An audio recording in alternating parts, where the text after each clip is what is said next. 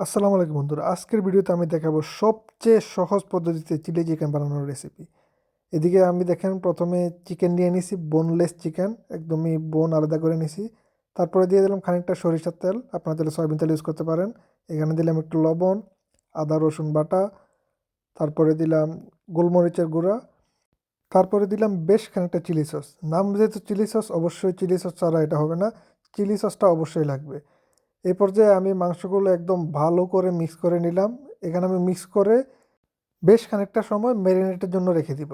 এটা আমি রাতে নামাজের পরে বানাবো, যেহেতু আমরা রোজা চলতেছে, সেহরির টাইমে এটা খাবো, তো ম্যারিনেটের জন্য রেখে দিব। এখানে আপনারা দেখতে পাচ্ছেন যা প্রয়োজনীয়: পেঁয়াজ পাতা, পেঁয়াজ, ক্যাপসিকাম, কাঁচামরিচ, আদা কুচি, রসুন কুচি।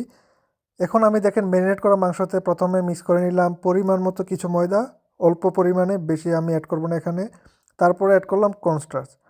কর্নস্টার্চটা দিলে এটা ভাজার সময় একটা ক্রাঞ্চি ফ্লেভার আসবে, যেটা চিলি চিকেনে অবশ্যই প্রয়োজনীয়। তারপরে দিয়ে দিলাম পরিমাণ মতো একটু লবণ। এরপর যে আবার চিলি সস অ্যাড করে নিলাম, যেহেতু নাম চিলি সস, চিলি সস অবশ্যই প্রয়োজন। আর দিয়ে দিলাম একটা ডিম। এখন আমি ভালো করে মিক্স করে নিলাম। এই মিক্সিংয়ের ক্ষেত্রে মনে রাখবেন, মাংসটা যেন একদমই ভালোভাবে আটা আর যে কর্নস্টার্চটা আছে ওটা দিয়ে ঢেকে যায়। এই পর্যায়ে আমি একটা প্যানের মধ্যে মাংসগুলো ভেজে নিব। দেখুন যে ময়দা আর কর্নস্টার্চের কোটিংটা ছিল, ওই কারণে এটা যে বাজারে পাওয়া যায় ফ্রাইড চিকেন ওই টাইপের কিছুটা হয়ে যাচ্ছে। এই টেক্সচারটাই আমার দরকার, এভাবে সবগুলো ভেজে নিব। এখানে আমি একটা সস অ্যাড করেছি, সসটা আমি ভিডিও করতে ভুলে গেছিলাম, যেখানে আমি অ্যাড করেছি চিলি সস, যা অবশ্যই আপনাদের জানা। তারপর অ্যাড করেছিলাম টমেটো সস, একটু পরিমাণে ভিনেগার, একটু পরিমাণে লবণ আর সামান্য পরিমাণে চিনি। জাস্ট আপনারা টেস্ট করে এটা বানিয়ে নেবেন। এবার চলে যাচ্ছে আমাদের লাস্ট স্টেপে, চিলি চিকেন তৈরির যে স্টেপে। এখানে দেখেন আমি যেই অবশিষ্ট তেলটা ছিল ওইটাই ইউজ করছি। এখানে আমি প্রথমে দিয়ে দিলাম আদা কুচি, রসুন কুচি আর মরিচ কুচিটা। এখানে আমি লাল করবো না, জাস্ট সামান্য একটু ফ্রাই করে নিব। একদম লাল লাল করার দরকার নাই, লাল লাল করে ভাজলে যে ট্র্যাডিশনাল টেস্ট ওটা আর থাকবে না। জাস্ট একটু হয়ে আসলেই আমি এখানে অ্যাড করে দিয়ে দেবো আমাদের যে পেঁয়াজগুলো আছে। পেঁয়াজগুলো দেখেন এভাবে বড় বড় করে কাটার চেষ্টা করবেন, কুচি কুচি করে কাটবেন না। আর সাথে অ্যাড করলাম পেঁয়াজ পাতা। সবগুলো সবজি একটু বড় বড় রাখার চেষ্টা করবেন, যেহেতু এটা চাইনিজ খাবার, চাইনিজরা এভাবেই খেতে পছন্দ করে। তো যদি ট্রেডিশনাল ওয়েটা বজায় রাখতে চান, এভাবে করলে আমার মনে হয় যে ভালো হবে। তারপরে আমি দিয়ে দিলাম যে সসটা ছিল ওই সস।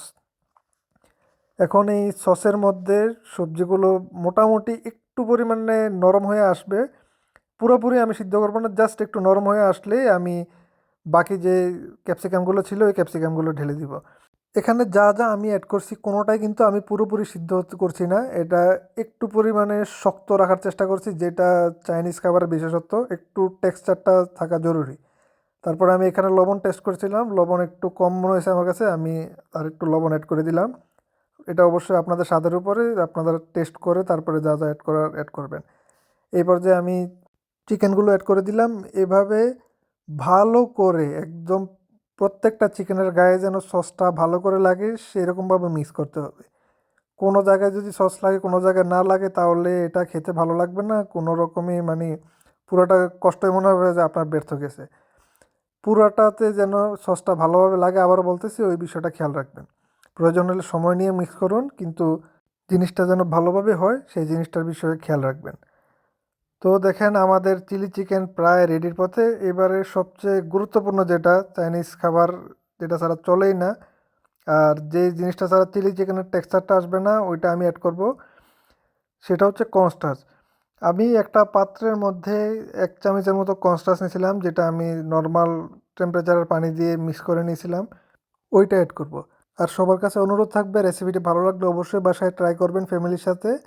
আর চ্যানেলে নতুন হয়ে থাকলে অবশ্যই চ্যানেলটি ফলো করে সাথে থাকবেন। তো এই দেখুন এই পর্যায়ে আমি কর্নস্টার্চ অ্যাড করব।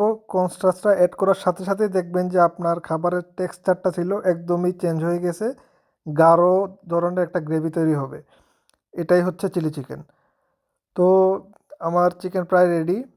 আমি আরেকটু ভালোভাবে মিক্স করে নিয়ে আমরা রেখে দিব, যেটা আমরা সেহরির সময় খাবো। তো আজকের ভিডিওটা এই পর্যন্তই ছিল। যারা চ্যানেলে নতুন আছেন অবশ্যই সাবস্ক্রাইব করতে ভুলবেন না। আর ভিডিওটি ভালো লাগলে অবশ্যই লাইক করবেন। আপনার যদি কোনো মন্তব্য বলার থাকে অবশ্যই কমেন্ট বক্সে মন্তব্য জানাবেন, আমি দেখার চেষ্টা করব। আর এই চ্যানেলে আমি কোনো প্রফেশনাল শেফ না, আমি আমার ব্যক্তিগত যে রান্নাবান্নাগুলো করি আমি ওগুলোই শেয়ার করি আপনাদের সাথে।